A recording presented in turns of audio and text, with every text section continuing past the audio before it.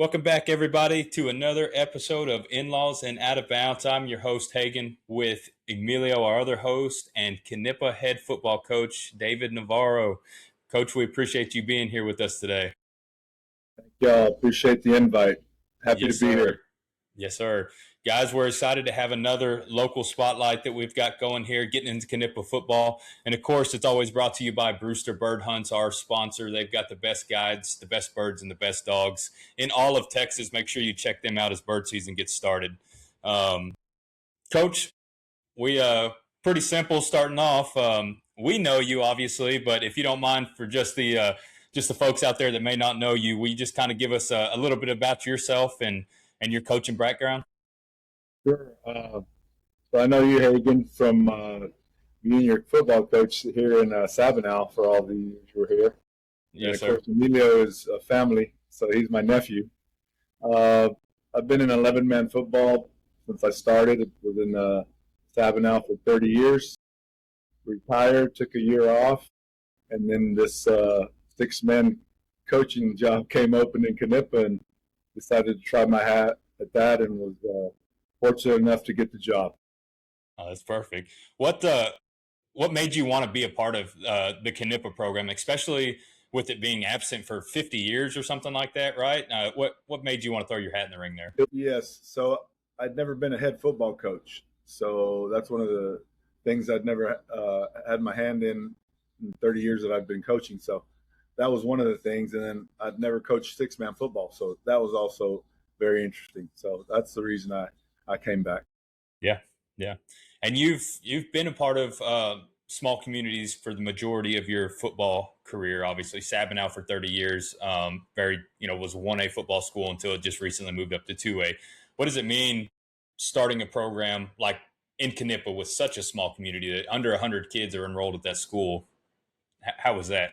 Yeah, well, like you said earlier, it'd been 49, 50 years since they'd played football. So these kids, maybe they played some,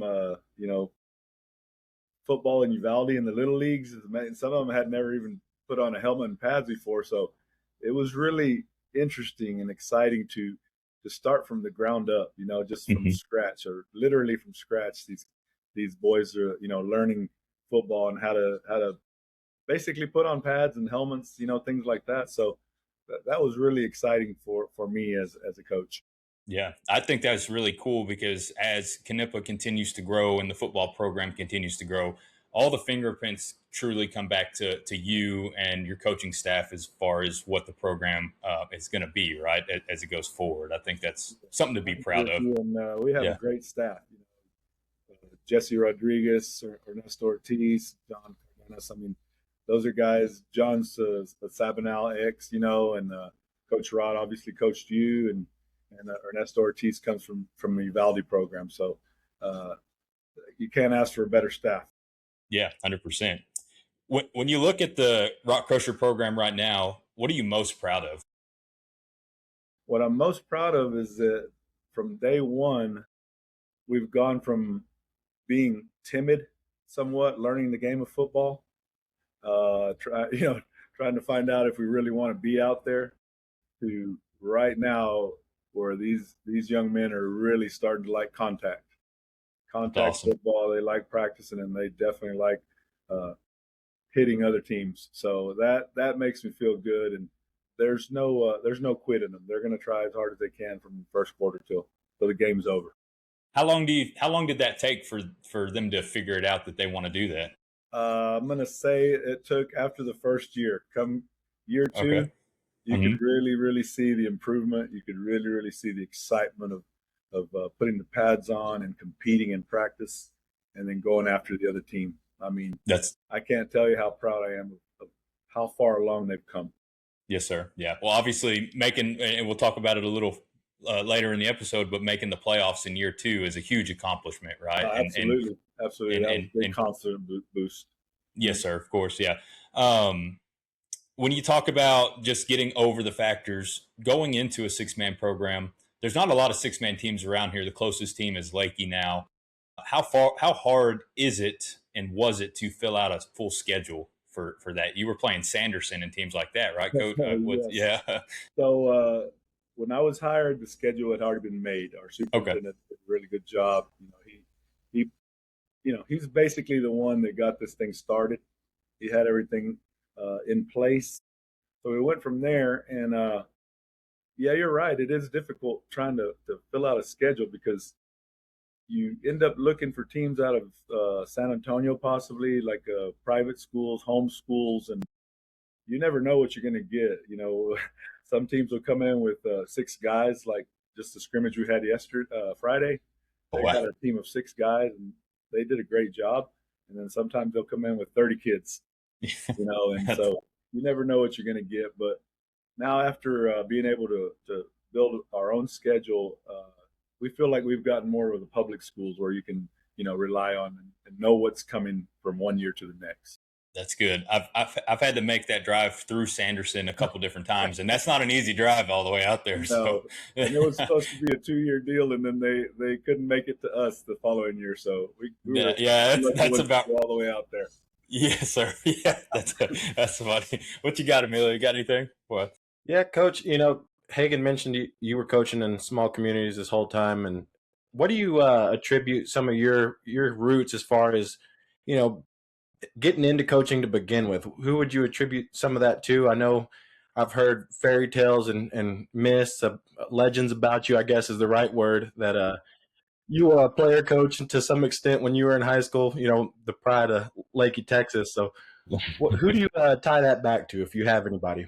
Well, number one, I was blessed to be able to watch all of my brothers and sisters play sports.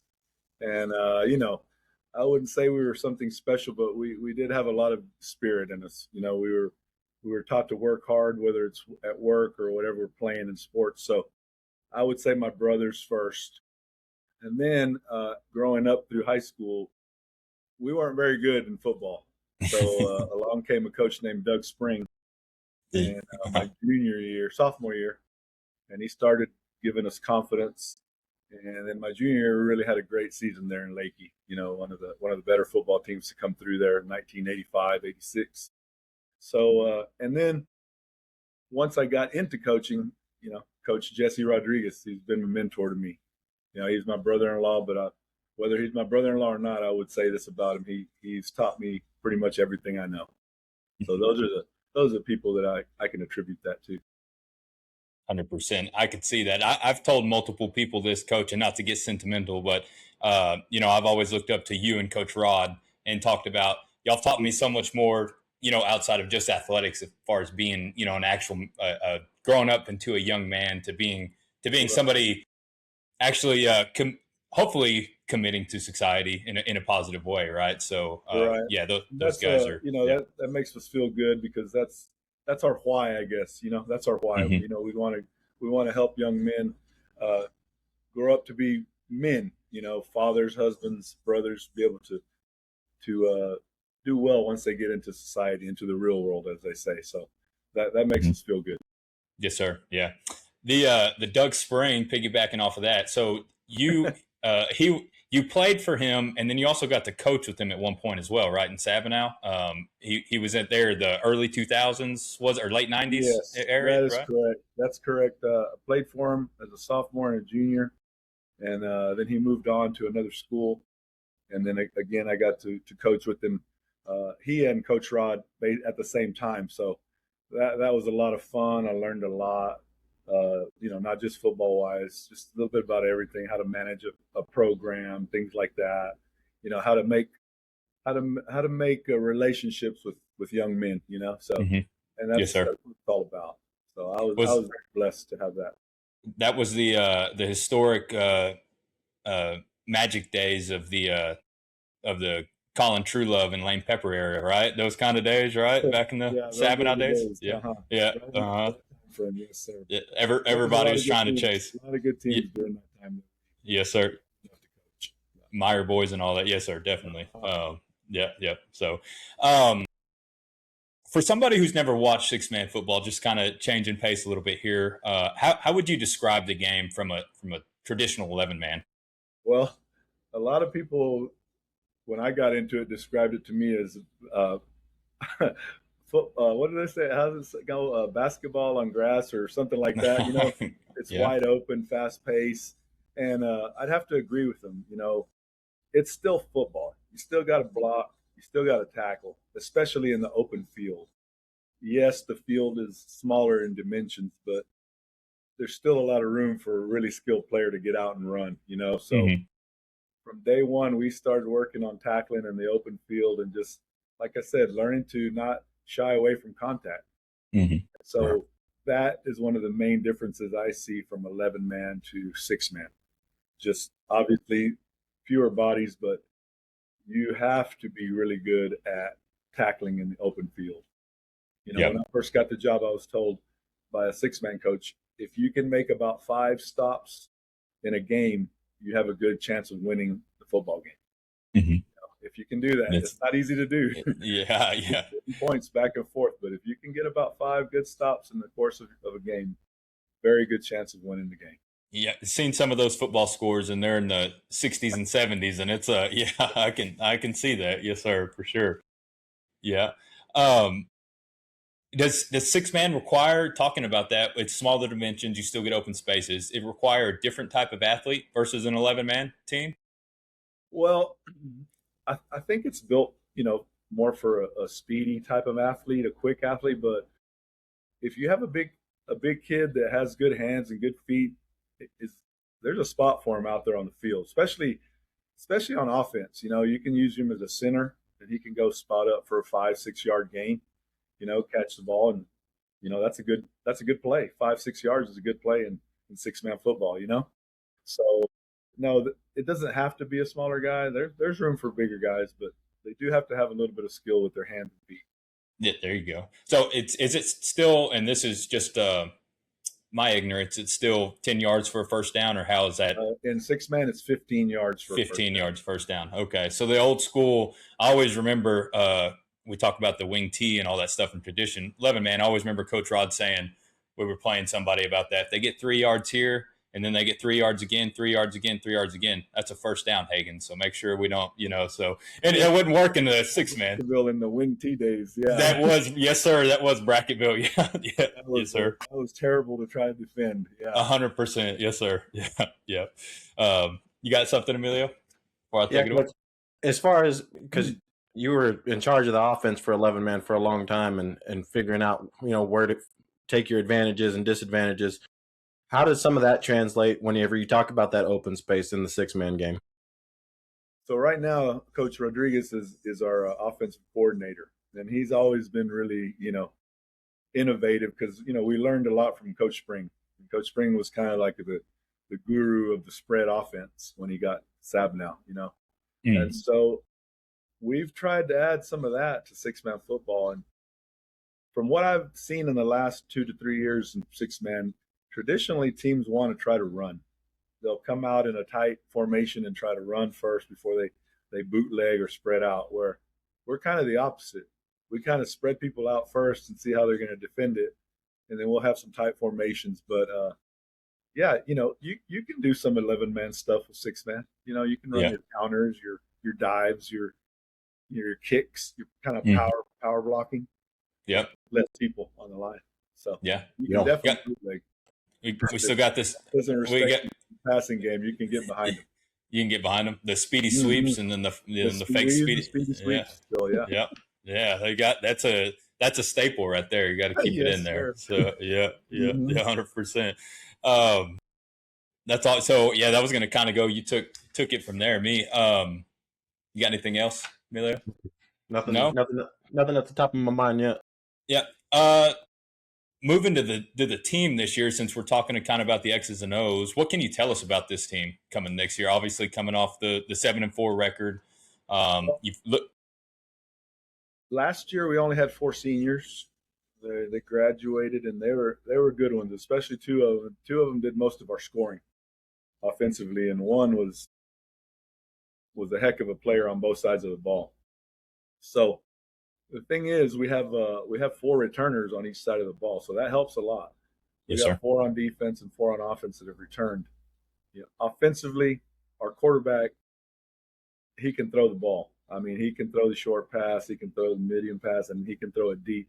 He's not a real big kid, but he's got a lot of IQ. So we're just trying to train him to take what the defense gives you and dump it off, because he has a tendency sometimes to look for the deep ball first, which gets him in trouble sometimes. Yes, sir. And we've got some speed. You know, we can run our sweeps with them. And we have one big kid. He's about 6'3", probably about 215, and he plays our tackle / tight end, and he can catch the ball and he can block. So we feel like we should still keep improving offensively. That's good. So, and defensively, that same kid I just spoke about, he controls the line of scrimmage. Like, we put him in nose, and he can control both A gaps, and got some good quick ends and 2 really good linebackers. So we're solid. I'm not going to say we're spectacular, but I think we're solid on both sides of the ball. What would you say the strength of the team is going into this year? The strength of this team this year, I believe, is their speed and quickness. To be honest with you, they're quick to the ball. Their speed to get there. You know, that defensively, I think, is going to be our strong suit this year. You know, and I say that, and we're liable to get 45 or get 45, 50 points scored on us. But again, we can also score those type of points as well. But I think speed and quickness is our strength. And like I said earlier, just the fact that they like contact on both sides of the ball now. They're not scared, or they don't shy away from contact on both sides of the ball, and they don't quit. These kids don't quit. They're gonna fight till the end. How many kids in total are on the club we have this year? 21 kids, and from year one to now, we're probably averaging 24 to 25 kids, each year, which is pretty amazing. We go to some of these places, and the other coaches go, "Wow, why are y'all playing 6-man? You should be playing 11-man." We're like, "No, we're not even here ready for 11." Yes, sir. Yeah. Well, you're basically holding what DeHennis is holding on the sidelines for a lot of years, it seemed like, too, Coach. I mean, so, yeah, I can see that. You have programs the same. There's just a lot of interest in it right now, and the kids are coming out. So that's a good thing. That is a good thing. Yeah. I was going to ask what you think the most improvement, what this team has improved on the most, but it sounds like just getting another year under their belt with the, being physical and things like that would probably be I think the physicality, like we spoke about before, and then also just it's surprising how quickly they learn. Some of them have a lot of IQ, having never played the game before. Other than the couple of years they've been here, and so that just tells me they probably keep up with sports a lot. They watch football for the pros, college, things like that. So that helps them a lot. And it's Knippa. There's a lot of smart kids running around here. 100%. Yes, sir. Pretty quick. Yes, sir. Definitely. Switching over into some district talk, we're not going to ask you to do any crazy predictions or anything like that, but there was some district realignment coming in. So you've got Bruni, Lakey, Medina, Nueces Canyon, and then Prairie Lee right now. So Dave Campbell's has got y'all placed third in there, and I think they believe they take the top 2 out of district, right, to the playoffs, correct? Yes. Medina seems like they're going to be a pretty good ball club. Lakey has got some good kids as well. Do the kids read the news clippings at all, Coach, or Yes, these guys keep up with things like that. They keep up with the rankings, and of course, nowadays with social media and everybody knows everybody kind of in a way, so they keep up with each other. But being humble, I'm going to say that Dave Campbell's probably got it pretty close to right. Medina's probably a little bit of level above the rest of us, but I think that second place spot is up for grabs. With Lakey maybe having a little bit of a head start above the rest of us, but you can't sell us short, because last year we built a lot of confidence. We made the playoffs. We were one injury away from being district champs in our second year, just to be completely honest with you. And, so I think Lakey has a lot of good kids coming back. They've got new coaches. It seems like everybody in the district has a lot of new coaches other than Medina. And so Medina has just about everybody coming back. Last year they were a heck of a team. Played a heck of a district game. So they're definitely going to be the team to beat as far as first concerned. What does it look like to truly compete? What is it going to take to compete for the district championship, you think, like as far as a team? We're going to have to play, I'm not going to say perfect football, but we're going to have to play where we don't make a lot of mistakes. We don't turn the ball over. We defend the best we can, try to get those 5 stops, and if we got to go slow and milk the clock a little bit to keep the ball away from some of these teams like Medina, Lakey, with a lot of skill players, and that's what we'll do, and that's, or as a staff, we come together, and get a good game plan. And I'm telling you, we have a great staff.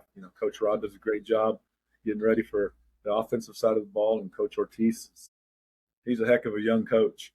I'm not going to lie, he's a heck of a young coach, and he scouts those teams pretty well, and he's pretty spot on come Friday night with his defense. And then Coach Cardenas does our kicking game. So awesome. We're, like I said, don't sell us short, but we've got some work to do, especially in this one. Yep. What, you got anything, Emilio? No, I mean, Coach, with these teams in your district, there's some familiarity there, but is there anything that you think that stands out about Knippa outside of the football and the X's and O's, just the community support, anything like that you think is an advantage to the kids too? Because obviously there's a lot of excitement. You talk to anybody from Knippa, and that's the first thing they want to talk about, especially, being your family member. That's the first thing they're interested in is man, he's the best. But what does that community support mean to you? To me, I want to say it's somewhat surprising since they've never had football before, but having competed against Knippa in basketball and all these other sports throughout the years, you knew that they're going to follow their teams, and so once they got a little bit of a taste of football, you could see they were liking it. Year one, they were patient, with us, and they very supported. We took our bumps and bruises. And last year, man, they really loved it because we were winning games and playing hard and being competitive. And so, I mean, it's like they're just naturals at supporting you. They have their homecoming parades. They love to support, and they get out there and they get loud, and we have a good following. So, a little surprised at it, but I'm not necessarily so much because I knew that they would come support us. Yep, so 100. It's a good community. It really is. Yes, sir. Yeah, very. Looking and keeping with the community aspect of it, what do you want the younger kids in Knippa to see when they watch this team? I want them to see that there's a tough team. It's a tough team. Football's a tough game. And I want them to, when they come up and the little kids and junior high kids come into Knippa and want to play football, I want them to understand that it's not easy. And, they're going to have to make a commitment, with their classroom, with their time. They're going to have to be great students. They're going to have to be tough, and they're going to want to be part of a program that's going to be solid. When we were brought to Knippa to start football, we just wanted to start from the ground up and have a solid program. The wins and losses were going to come eventually, but we want to make sure these guys know that you have to be committed every day to class, every day to practice, every day to a game, committed to not just yourself and your family and the community, but to your teammates. As you guys know, you guys play football, it's a brotherhood. You rely on each other, and they're making memories that they're going to remember years and years down the road. So that's what I want these young kids watching our games and coming up from elementary through junior high to know that, hey, football is a good sport. It's going to teach you some good life lessons, and it's a good place to be in Knippa. Yep, 100%. It's good learning lesson with 6-man football. Yep. Yeah, I think playing for a program that never really established that foundation early on, that was one thing that I always admired about what y'all did there in Savinal and just throughout y'all's careers is y'all put a big focus on starting the kids young and getting them involved and having an understanding so that, y'all had an advantage when they got to junior high and they knew what basketball looked like. They knew what football looked like. And that's something that I've always admired that y'all did. And I think it's going to be great, especially having that opportunity to do it from day one with them. Yeah, I can remember all the way back moving to Sabinal when I was in 3rd grade. And, coming third, second grade, whatever it was, and coming over and getting to play football and you were our PE teacher and everything. And just I guess I don't know if it was competitive or it's just how I want to remember it or whatever, but even getting into 6th grade and getting ready for junior high the next year, we were in the multi-purpose room, lining up in I formation, learning the plays and different things like that, Coach. I mean, those are still memories that stick with me that are yes, fun. sir. We and that's the thing. You try to develop kids as they're young, so by the time they actually get there, they have an idea, they have a clue as to what's going on. And you start that in elementary, like you said, and by the time they get to junior high, middle school, they'll understand a little bit better. And then by the time they get to high school, you hope that they're ready to go, whether they're freshmen or seniors. They're ready to contribute somehow to the team, whether it's in the game or in practice. Practice is just as important as the game. Mm-hmm. Make each other better in practice. So. Yes, sir. Yeah, 100%. When this season's over, I know we're a long ways from that, and we'll get there, but what do you want people to say about the 2026 RockCrushers? I want them to say that they're competitive all the time. I mean, that's it. Just we're competing at everything we do.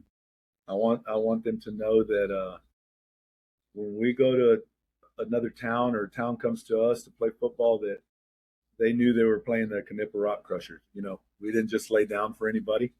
We gave it our all the time. And, that gives you a chance whether you're down or whether you're up, it gives you a chance to win a game, because you're never willing to give up until, you're either 45 or you 45 somebody, or, 4 quarters is over. And that's what I want them to see, a toughness about our kids, about our community. Yep. So that's what I'd like to see. And then us improving every year. This is a new district and it's going to be tougher, but as long as we continue to improve, that's all we can ask. 100%. Yep. You want to ask the promo question, Emilio? You want me to? No, you asked the promo question. Yeah. So, Coach, Coach, we kind of did this, and Coach Templin out in Hondo did a great job here. But basically, kind of just send a message to the Knippa community before the season kicks off. And basically, the question's kind of like, if I say Knippa football is, how would you finish that sentence? Wow. Okay. Knippa football is a work in progress, but every day we're going to continue to work. We're going to put out a good product out there that everybody can be proud of, that it's going to be easy to support, and you'll be proud of us after watching our football games. Go. Perfect. We do like to end it on something a little funnier too, because we had this, when we, so our very first one that we did was with Coach Miller over in Uvalde. And Coach Miller used to, it was, who was it? Woodsboro. Emilio, Woodsboro, right? And Emilio's senior year, they kicked an onside kick, and the boys up in Lakey didn't know to jump on the ball. They thought it was a dead ball, but Woodsboro picked it up and ran it back for a touchdown. They lost the game there. So do you have any bloops like that you can remember throughout your coaching career or anything, Coach? You'd like to? My memory's not all that great. Give me a second. I think Emilio's getting tired of me bringing that up right there a little bit in space. Coach, you can ask Jesse about that one. He saw that one live. Well, Hagen, I don't know if you had already graduated. You might have been part of this. I don't know if it's funny, but again, it's going to be a Lakey thing. We're playing Lakey, and my son Eric was the quarterback, and we went to overtime. We were down, and it was towards the end of the fourth quarter, and John Borrego was out at a wide receiver, and we just kind of threw up a helmet, and it landed, and we went to overtime, and then Clarence Parker took over in overtime. Yes, he did. I remember that. There's no way we should have probably won that game, but somehow we got behind their defender and got it in. I remember. Yeah, we got that was Coach. We got Dave Campbell's team of the week. I think that was that week. Yeah, somehow. You were. I was. Yeah, that was my freshman year. I think it was. Yeah, because I remember being in Lakey and lining up, going, "Are we fixing to lose to Lakey? Really?" Right. That was in my head as we were lining because at that time. No, sir, because the year before with that was that big senior class we had with Stevie and Serapio and all those guys. They just, completely just kind of, destroyed him, I guess, for lack of better words. But that was a great. Yeah, that's a memory I always like to bring up. Right there. Yeah, Sorry, yeah, that Emilio. one. Yeah. For sure. I'm That's still in junior awesome. high for that one. That one's all right. Yeah, No. Hey, I've got somewhere, Coach. I'll tell you, I've got a VHS tape of that game somewhere, and it's got great commentary from Coach Carter and Joe Reedus on it. So I'll oh have to, yes, I remember that yeah, too. yeah. Yeah. So it's got some great commentary on it. But Yes, anyway, sir. so well, that's good. Well, Coach, we greatly appreciate you joining us here. We've taken enough of your time up here, and obviously we wish the Rock Crushers the best of success this season. Hope that you can bring back that district championship. Hopefully, we can actually get out and see a game. I've been saying this for 2 years now. This will be the third year to actually come out and see y'all and support y'all. And I have to send y'all a schedule, and yeah, I appreciate y'all inviting me to do this. I told Emilio I'm not real good with the cameras and interviews, but I do it, yeah, and yeah. yeah, y'all do a great job. I think y'all do a great job in what y'all are doing with this. I appreciate it. Keep up the good work. I appreciate it. Maybe if we get you back on again later on the season, we can get Coach Rod on. I was a little nervous there what he might bring up, but Yeah. but no, I think that'd be a lot of fun too. So, Yes, sir. anyways, Thank yes, y'all sir. We very great. much. Yes, sir. Thank Yeah, you. for sure. Guys, we appreciate you. This has been another episode, local spotlight, of In Laws and Out of Bounds. We will catch you next time. See you.